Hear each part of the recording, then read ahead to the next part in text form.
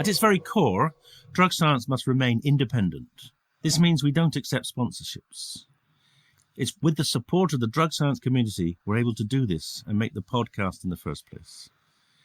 If you're able to become a drug science community member and support the show, you too will be supporting the dissemination of evidence-based drug policies. Without you, none of this would be possible. For anybody interested, there's a link in the show notes. Thank you.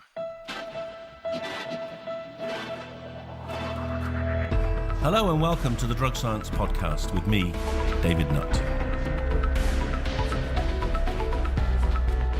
Here we're bringing together experts and activists for a rational, honest and informed conversation about drugs.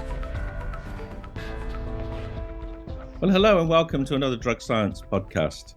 And I'm delighted to say that after a great deal of hunting down, I have at last managed to corner Alex Wodak into a chair in Australia to join me on the podcast. Now, Alex is someone that you probably don't know, particularly if you've not been in the harm reduction field, but he's actually an absolute legend in this field. He's someone that's inspired me in my career to pursue harm reduction approaches. And I think after listening to his story today, agree with me that he's someone that should be much more appreciated than he is, because he's been a pioneer, really starting back from the days of HIV prevention.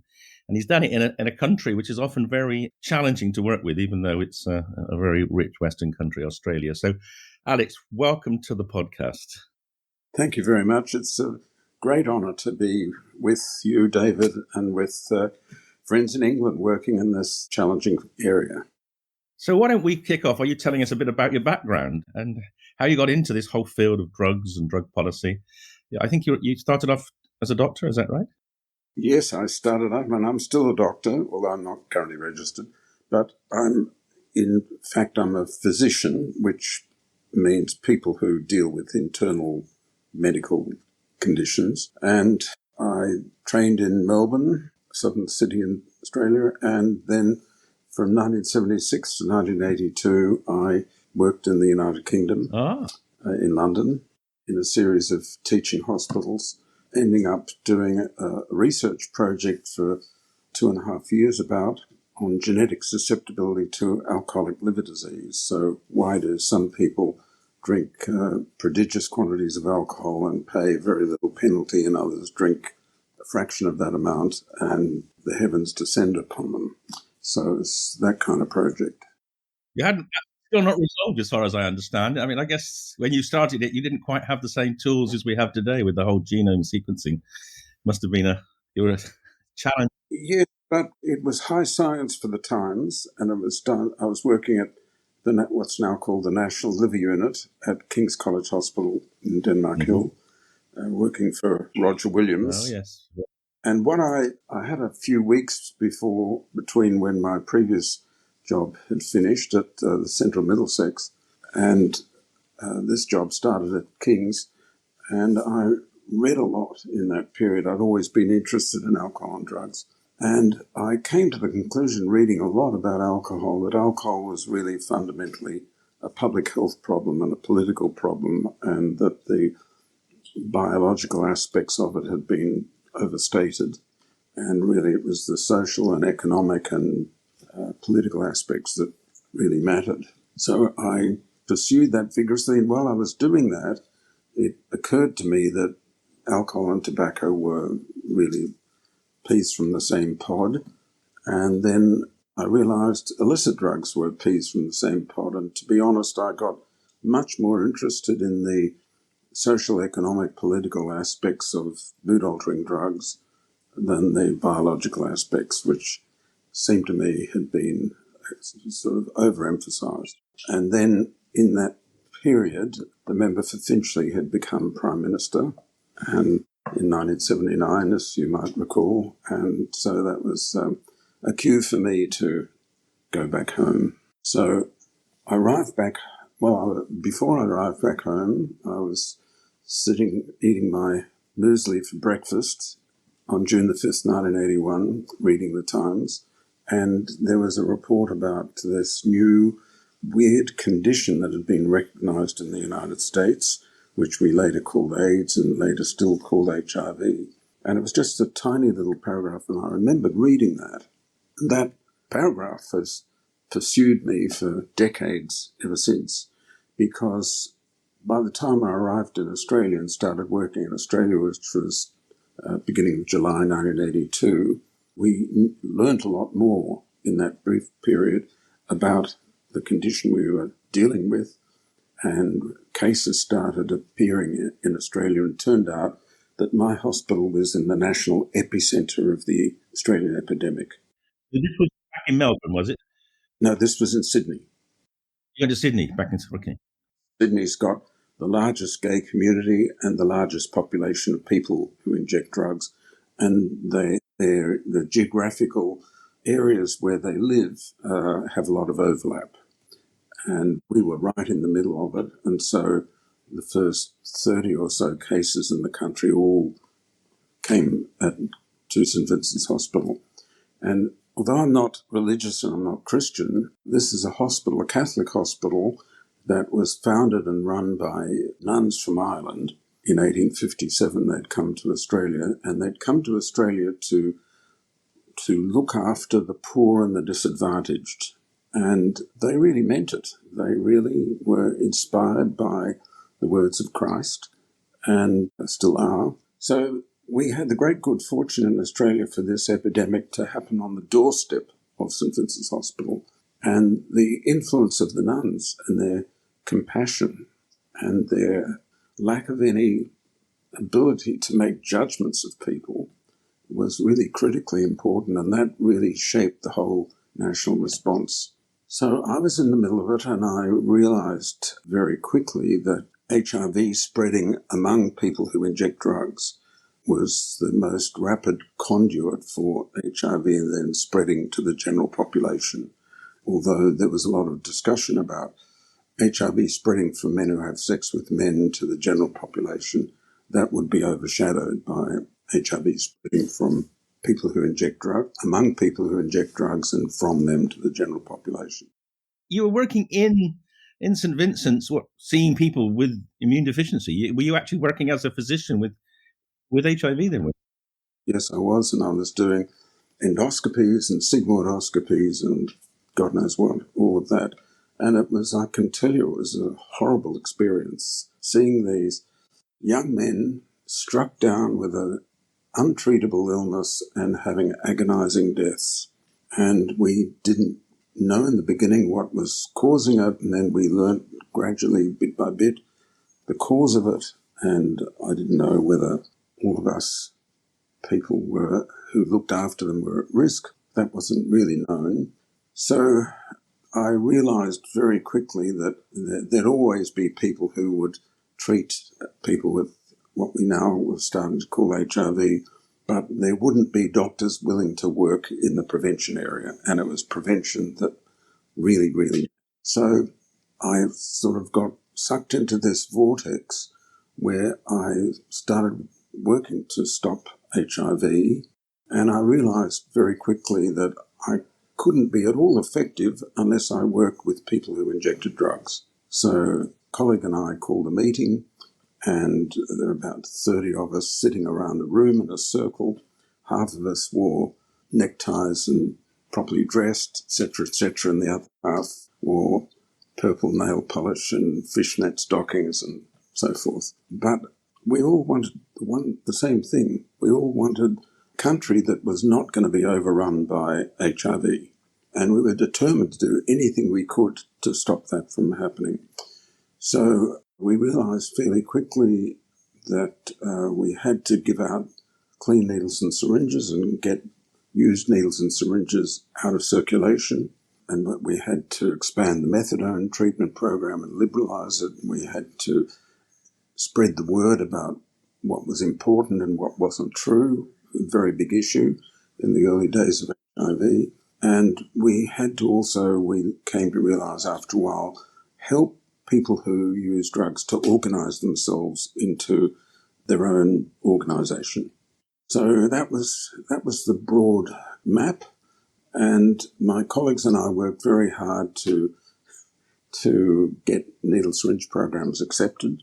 And with no luck at all, I wrote 13 submissions to the Department of Health, begging the department to allow me to do this. And then I realised after a while that I was never going to get official permission.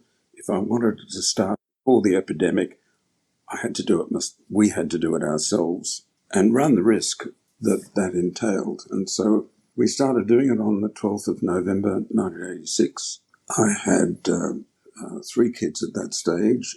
I had a job, a career, a marriage, a house, and really there was some risk. But of course, nothing like the risk that a female nurse, non-white, would have had doing exactly the same thing. So I took the risk, or we took the risk. It was really a group activity, and all the heavens descended on us. We got wall-to-wall media across the country about aiding and abetting drug use and so forth. I got called into the health department and told to stop immediately. The chief medical officer whispered in my ear to keep going. And so this was my introduction to the world of what we now call harm reduction. And of course, and the common fallacy is to think that's when harm reduction began. It's a load of nonsense. We've been doing harm reduction forever with drugs, and generally car seatbelts are harm reduction, motorcycle helmets are harm reduction, airbags are harm reduction, and we can go on with a long list. So I then became very involved in pursuing this kind of approach in other parts of the country. I helped to foster that. I'm conscious of the fact that probably most of the people listening to this don't even have no sense of what it was like to be confronted with a disorder which was so different and so targeting young people, and with no real understanding of what to do. That I don't think people understand how it was. I mean, I remember, the sort of being incredulous that something like this could be happening, and with the, the psychosis, God, I can't say it. It's early in the morning for me. Kaposi's sarcoma suddenly emerged. Kaposi's sarcoma. Yeah. Yes. Tell us more about it, like, because I wasn't at the front line. I was psychiatry, so I was sort of seeing it at a distance, but you were a physician. Yes, it was a horrible period. There's no two ways about it. And as it happened in the Western world, different in low and middle income countries, but in the Western world, the 3 groups who were most at risk were men who had sex with men and women, mainly women, who sold sex, and people who injected drugs. So the 3 groups that our community really struggles to feel any compassion for were affected. And of course, a lot of people drew conclusions about the wrath of God striking these people. So it was horrible, whichever way you looked at it. But the gay men in Sydney, who I took inspiration from, had been involved in a struggle to get marriage equality at that time, and they switched those organisations overnight into anti-HIV organisations. And they were demonic in their sort of ruthlessness to bring the epidemic under control. So they were really an inspiration. And I looked at them and I thought, okay, this is a well-educated, often well-educated, high-income group, and they can do this, but who's going to do this among the people who inject drugs? So that propelled me into this activity. And look, I do want to emphasise that almost all the work I've done all my life has been in groups, not individual. And this was very much a group activity. So please don't get the impression that it was me doing this. It was our different groups I was working with. I just think it's interesting you raised the power of the gay community, which I saw when I was working at NIH in the States. They changed the way in which the FDA worked because there was a sense, where there was an enormous urgency to do something, but also the FDA were not seeing it with the same level of concern and urgency as the community. And I remember, being in NIH and the institute was besieged by large tens of thousands of gay protesters demanding accelerated assessment of antivirals, and it worked. And in fact, in a way, this was set a precedent for thinking differently when you do have epidemics. And so I think your your initiatives in Australia were probably quite seminal in accelerating what happened in the States as well. Yes, they were. They had an international influence, a regional influence. But in the United States, we can't ignore the fact of this interaction between Anthony Fauci at NIH and Larry Kramer in New York, the gay activist. And Larry Kramer was tearing strips off Fauci publicly, repeatedly, defaming him. And Fauci's response, thank God for this, was not to recoil and say everything I'm doing is fine and switch off. Instead, he reached out to Kramer, he rang him and arranged for them to have coffee together.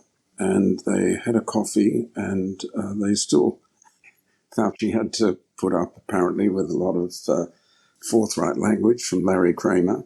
And then Fauci made the realization that Kramer was basically right, that NIH was going too slowly, they had to speed up, and they had to work with the gay community.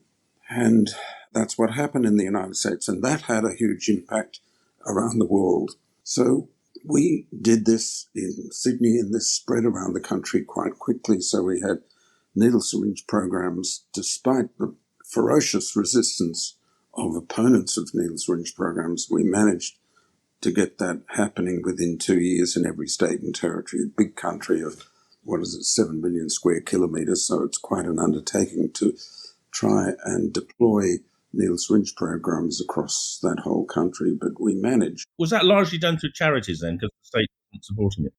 Well, it went to whoever would do it, and it was different organisations in different parts of the country. But the important thing was, warning, I'm going to use a Brexit phase here, to get it done. So we did get it done, and we expanded the methadone program, and we carried out very earthy education programs that didn't use Department of Health language or university language. They used street language to talk about the things that needed to be talked about. It was all very pragmatic. And the people who used drugs played a central role in helping to shape the policy and to deliver the policy. So Australia was, at that stage, was really very progressive on these issues, very pragmatic, non-judgmental. And that was true of each of those areas, the men who have sex with men, the women who sold sex, and the people who inject drugs. Hello everyone, Dr Hannah Thurger here. Sorry to interrupt the show, but we have something really exciting that we wanted to share with you all. Drug Science is teaming up with the UK's most prolific psychedelic research centre, Imperial College London, to record a one-off podcast special. But wait, there's more. On Tuesday the 15th of August from 6:30 until 9:30, we're taking the conversation offline and bringing it to the heart of West London. So yes, that's right. Not only are we collaborating with Imperial College for this prestigious podcast episode, this will be a live podcast recording, and you're invited to be a part of our audience. Imperial College is sending us their best and brightest minds for an exclusive insight into the world of psychedelic clinical trials, many of which are not even public knowledge at this point. So mark your calendars for Tuesday the 15th of August. Doors open at 6 p.m. and the podcast recording starts at 6:30 p.m. sharp. And as always, our Drug Science Premium community members will be able to attend this event for free and will even be invited to participate in the conversation too. We'll have a Q&A session where our community members can ask their burning questions to our panel of experts. So it's a chance to engage directly with the leading minds in the field and ask Dave pretty much anything. Find out how to become a community member by visiting the link in the show notes. Otherwise, tickets are available now. Please see the other link in the show notes. So don't wait too long though, as space is limited and we do expect this event to sell out fast. I look forward to seeing you there. And now back to the show.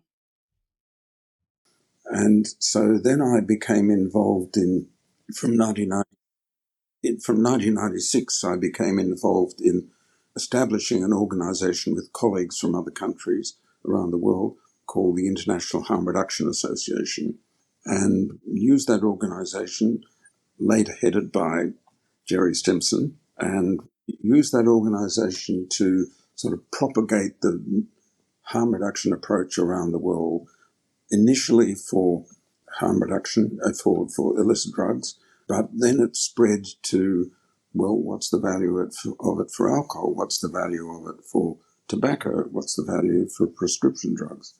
We had a meeting in 1992, before we got to that stage, in Melbourne. I chaired the program committee, and we decided that what the objectives of the conference would be, and indeed the objectives were to examine the appropriateness, if at all, of harm reduction for alcohol, for tobacco, and for prescription drugs, and also for what we then called developing countries. And we got a grant and got people from developing countries to come to the meeting, which was held in Melbourne in 1992.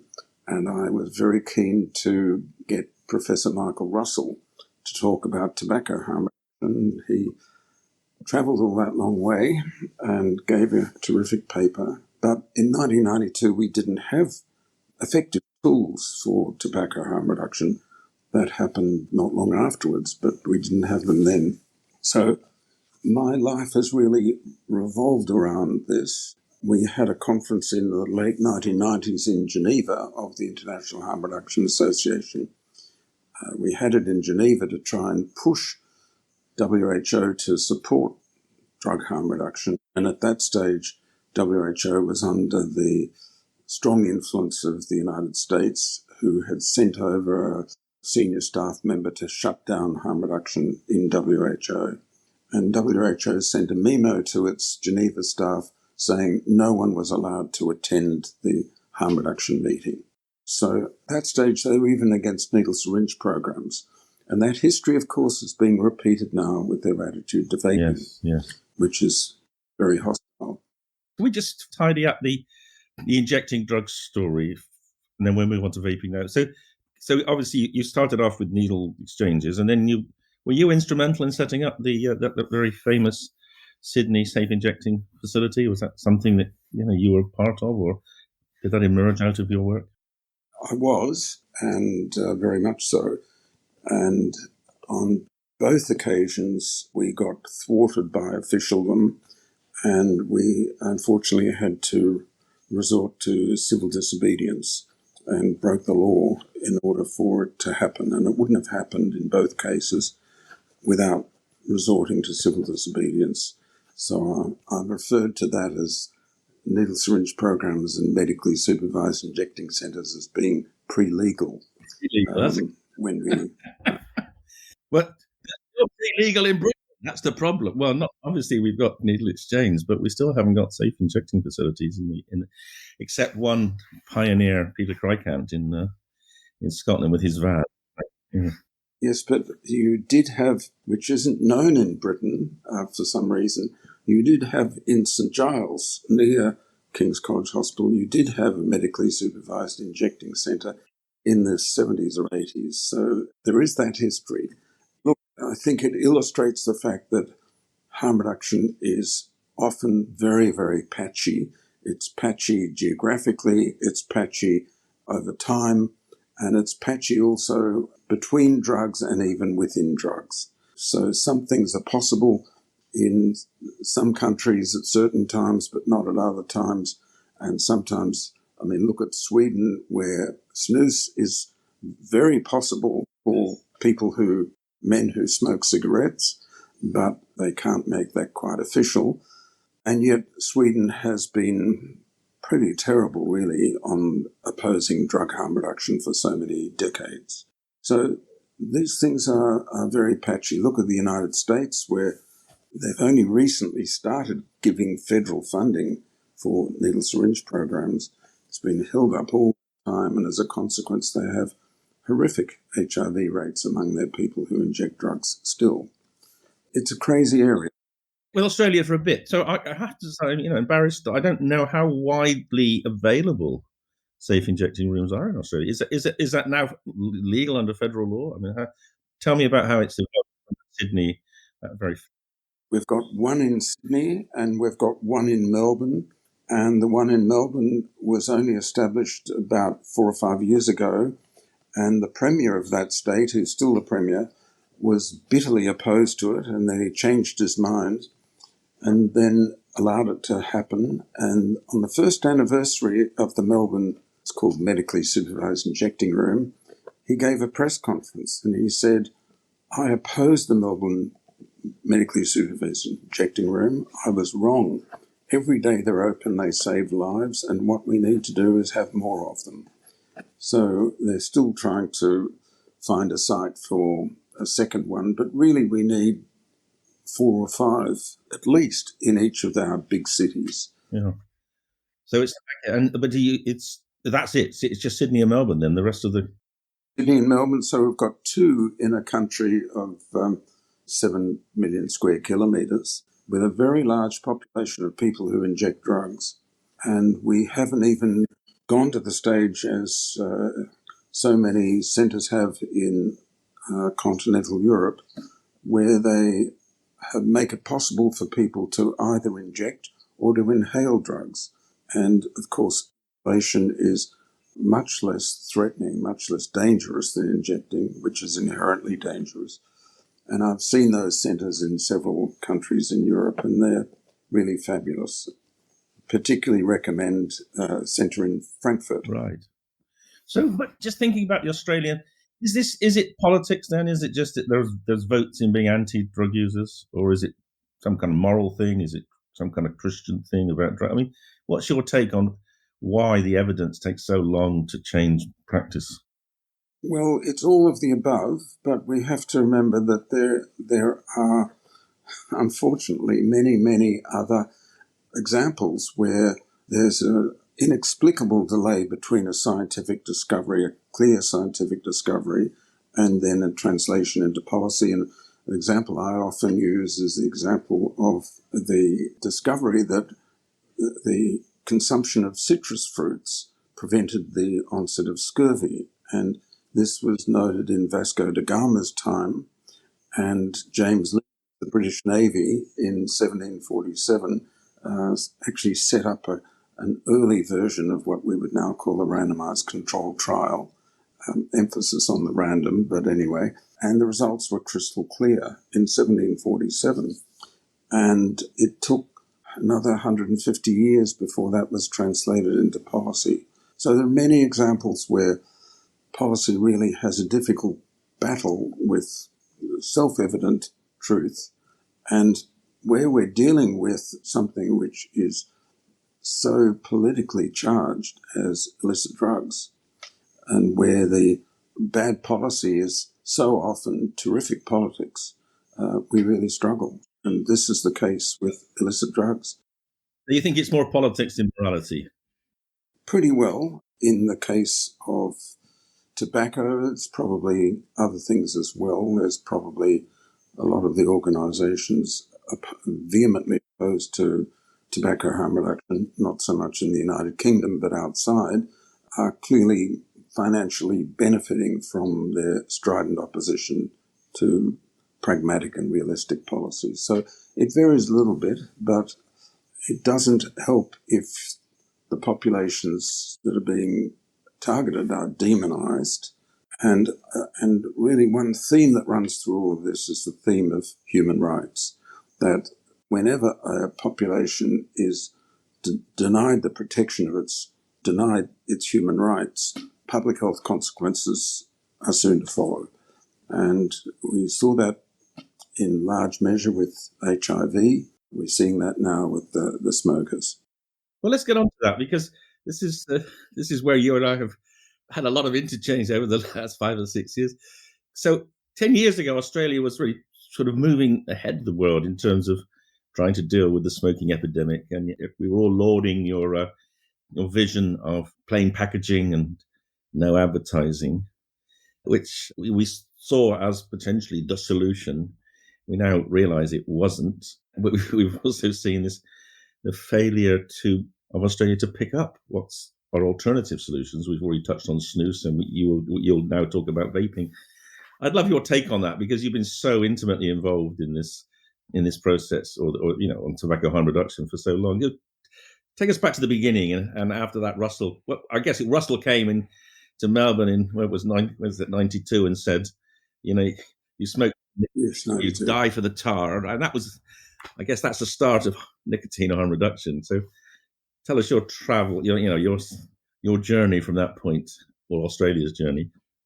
Well, Australia's journey was that Australia was indeed a leader in cutting big tobacco down to size. That was a step that was critically important, and some very courageous people took big tobacco on and won.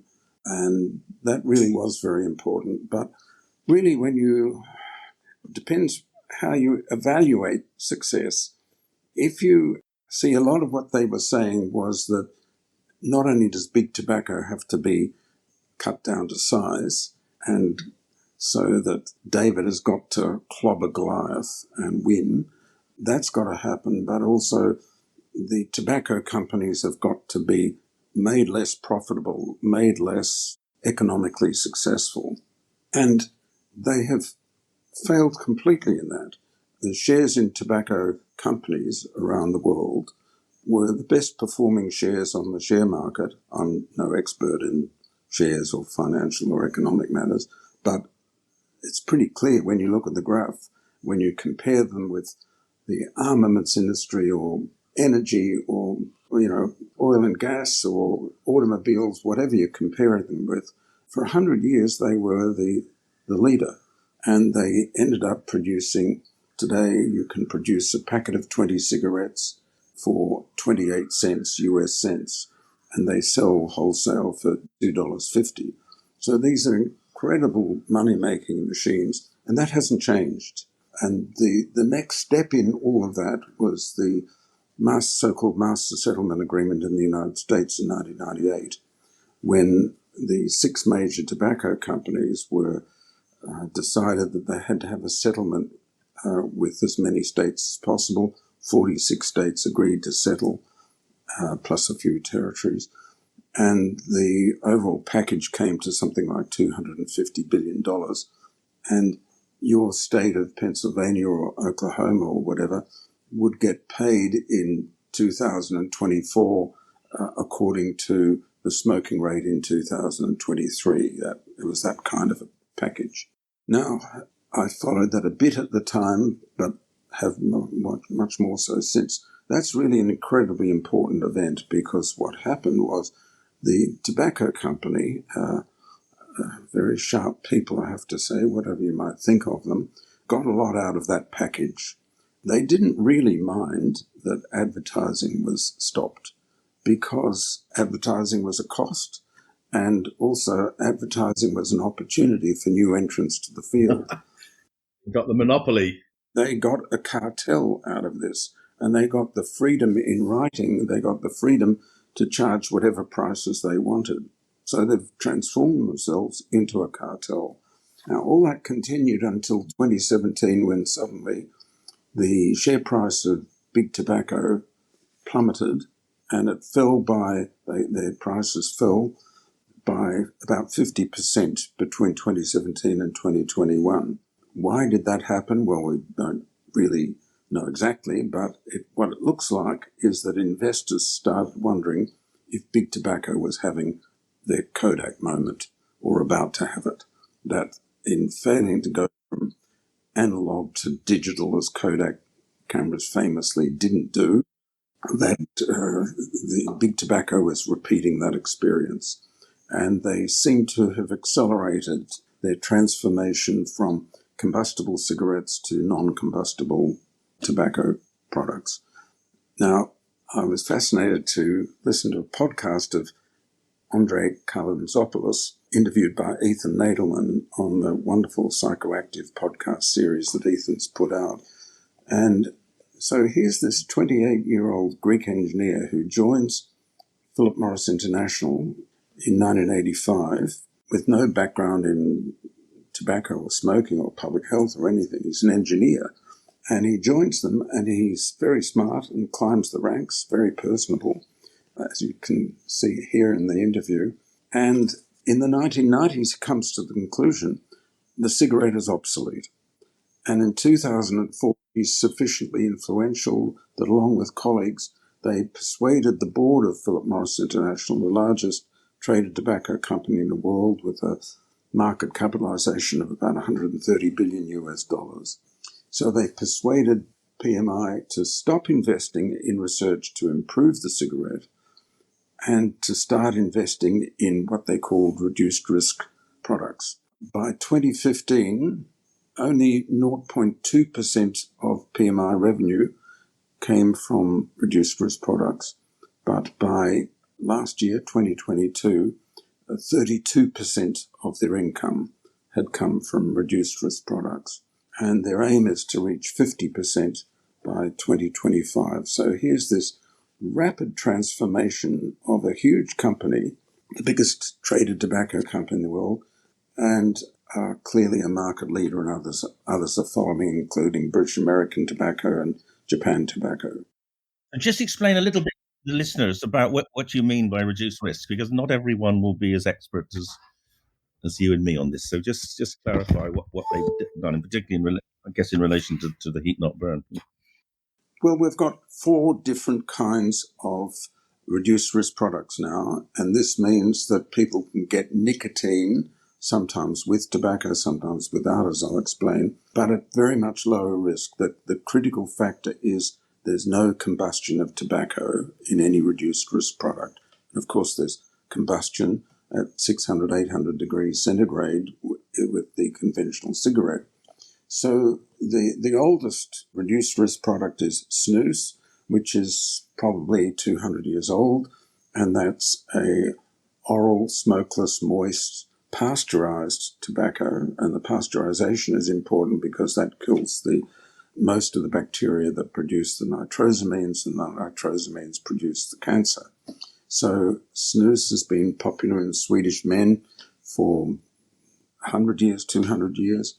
And indeed, it's banned in the rest of the European Union. And so when you look at Swedish men and compare them to men in all other European Union countries, we find that the Swedish men have the lowest rates by a large margin of smoking-related diseases, and also smoking-related deaths. So here's the proof of the concept of tobacco harm reduction. And then in the 21st century, we've got 3 new reduced risk products. First, we had the vaping, which was developed by a Chinese chemist, Hon Lik, who's banished to the countryside for some political reason, becomes a smoker, not out of preference, but because everyone else is smoking. To his horror, becomes a chain smoker, tries to give it up, can't do that, manages to get allowed to go back to live in Beijing, studies pharmacy, and works for a ginseng company, and at nights and weekends tinkers to realizing that nicotine was the problem. He had to find a way of getting nicotine without the stuff that would kill him. So he developed a vaping machine, the first commercially successful vaping machine in the world. There'd been a few other attempts in the 60s and 70s to develop one, but we didn't have the powerful batteries that the smartphone had delivered to us. So Hon Lik was able to do that. He did that in 2003. It took a few years to patent and then bring to market, 2007. And then it started taking off in 2010. And the British Prime Minister at the time, David Cameron, was persuaded by his psychologist friend David Halpin that he should make vaping readily available in the United Kingdom. And David Cameron, being an ex-smoker himself, immediately got it. He could see the hand-mouth movements, he could see the nicotine, he realised all of that, connected the dots, and that's really been incredibly important. So that's the second option, and that involves no tobacco, involves heating, but and it of course involves nicotine. Then the third option was heated tobacco products, and these really came out of Philip Morris International, who started doing research on this in 2004, and by up to now they've spent $9 billion in research on reduced risk products, and their products are now the market leader in that area of heated tobacco products, particularly important in Japan.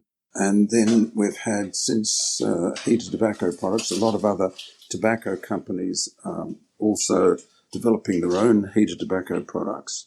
And then we had the fourth of the range is nicotine pouches, which are just like snus, except they have no tobacco in them. So we've got 2 of the 4 options have tobacco, 2 have no tobacco, 2 involve heating, 2 involve no heating.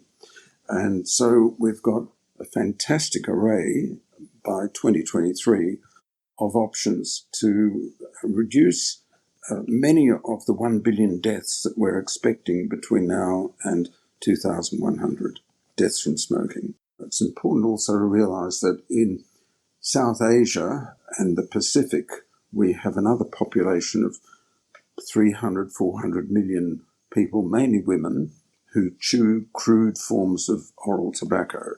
And they get very high rates of head and neck cancer, terrible way to die.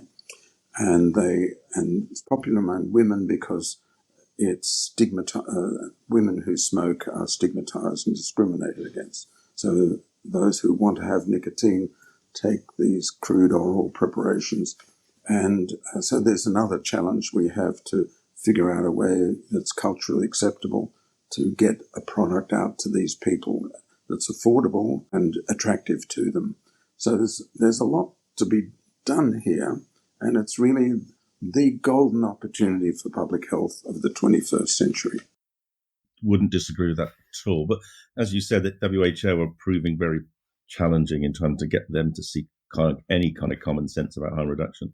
But let's just focus on Australia, because, again, this is a sort of paradox. You start off by trying to change everything, stopping advertising, plain packaging, everyone thinks wonderful. 10 years ago, I was really saying we should do the same in Britain. Britain has sort of done the same, but it seems like plain packaging hasn't had much of an impact. But Australia has decided, almost opposition, or exactly the opposite direction to the UK of opposing vaping. So I'd love to hear your side of that story, because you've been fighting that battle for so long. Share with us why it happened and how, what's... Well, it's very simple, really. If you compare smoking rates in countries which are doing different things, you can see that up until 2013, Australia was doing pretty well. But by 2013, the uptake of vaping was really starting to have a big impact in the United States, and particularly in the United Kingdom. And then from 2020 onwards, vaping was also having a big impact in New Zealand. Heated tobacco products went on the market in Japan in April 2016. Between 2016 and now, the cigarette sales are down 49% in Japan. So we don't have great figures on smoking rates, but if cigarette sales have halved in 7 years, that means smoking rates have to come down. So Japan's done it that way. Sweden and Norway have achieved the same rapid acceleration of the decline in smoking rates in those 2 countries with snus. Swedish women have started taking up snus, and Norwegian men and women, of course outside the European Union, have taken up snus as well. So which country does which doesn't really matter so much. So we've got 6 countries that we can compare with Australia. And yes, there are differences about definitions and timing and all of that. But when you put it all together, it's pretty clear that the smoking rate in Australia is going down much slower than any of those other 6 countries: Sweden, Norway, Japan, US, UK, New Zealand. And New Zealand is really particularly interesting. The 4 major parties in New Zealand changed their policy in August 2020, and suddenly the smoking rate has gone down.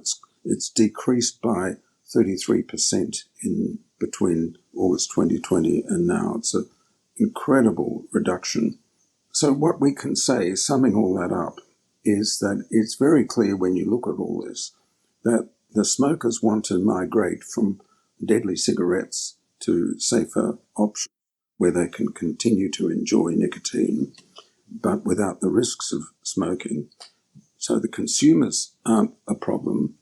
And amongst the tobacco companies, some very keen to transform quickly.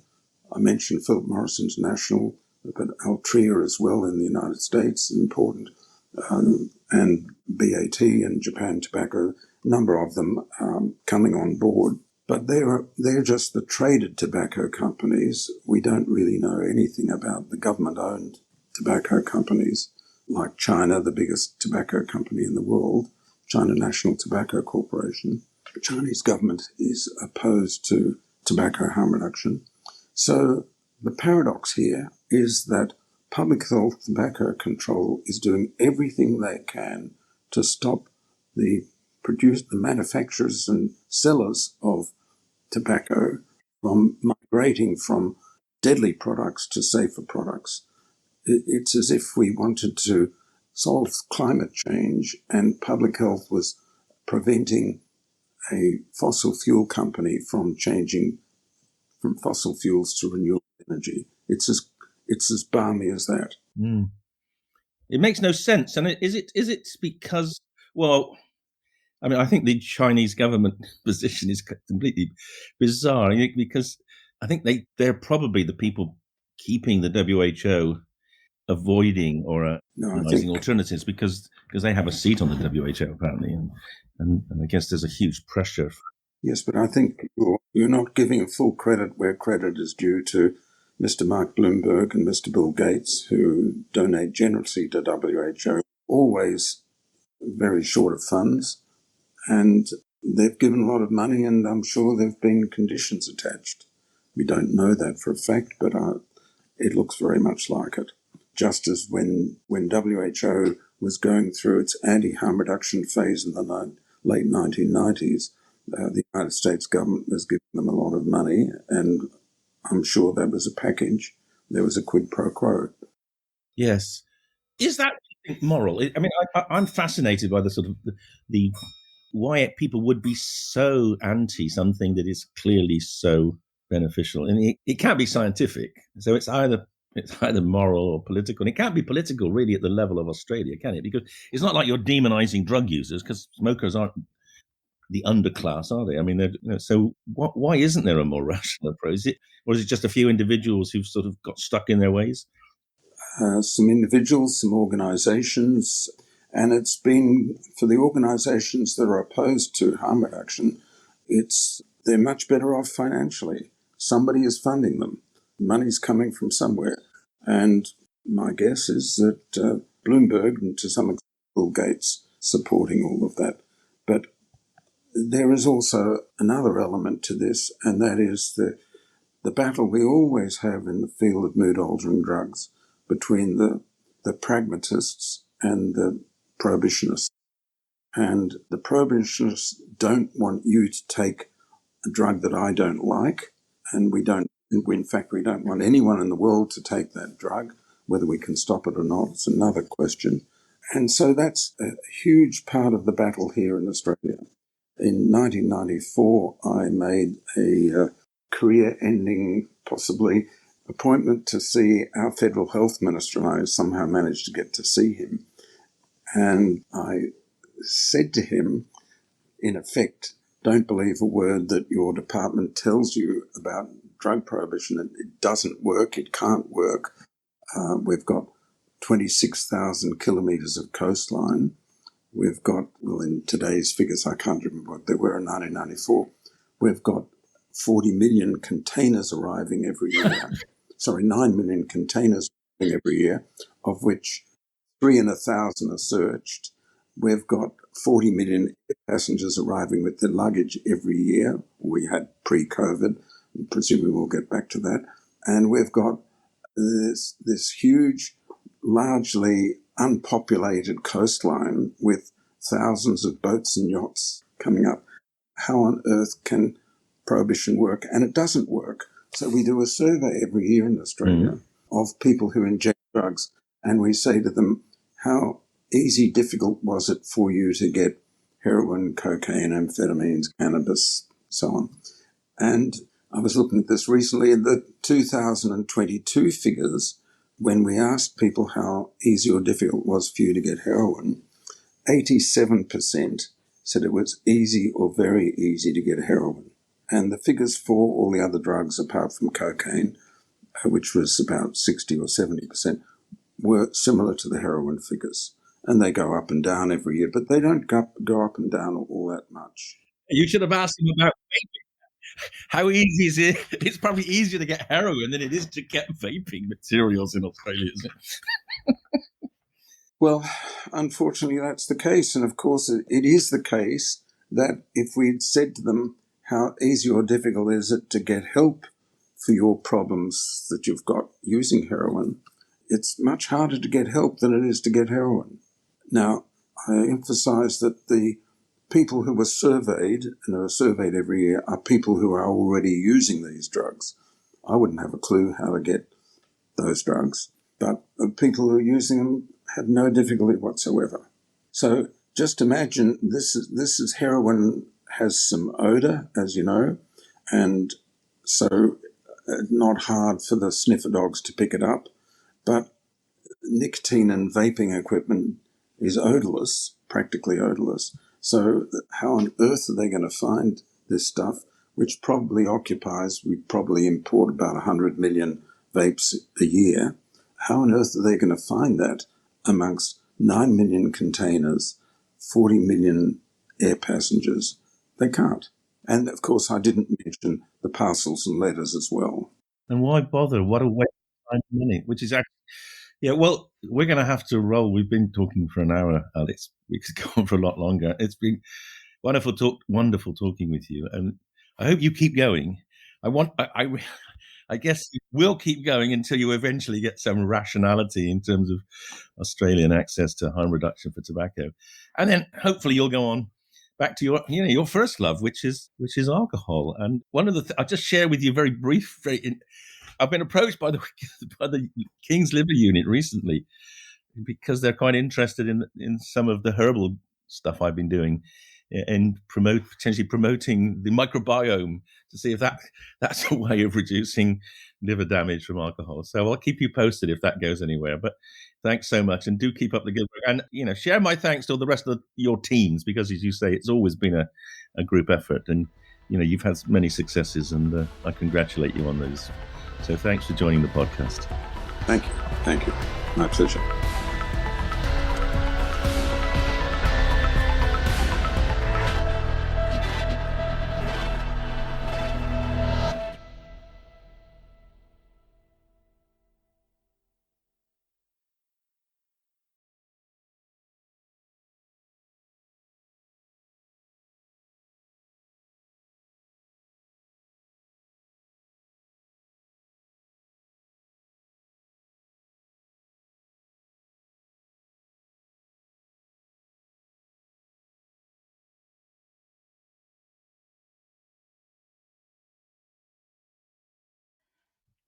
Hello everyone, Dr Hannah Thurger here.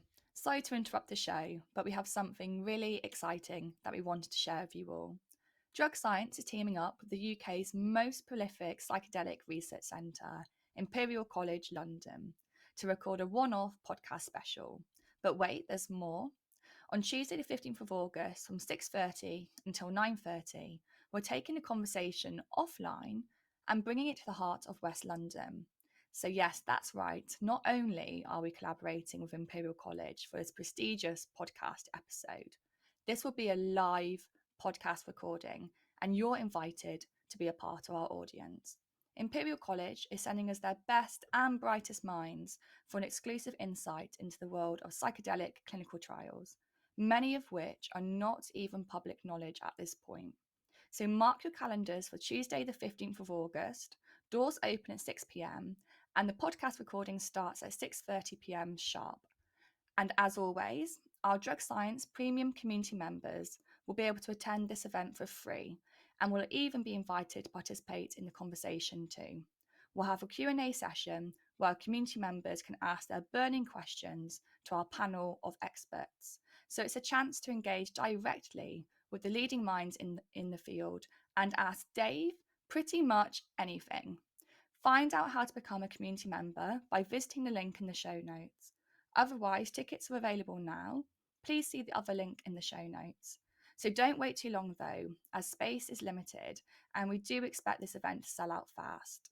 I look forward to seeing you there. And now back to the show.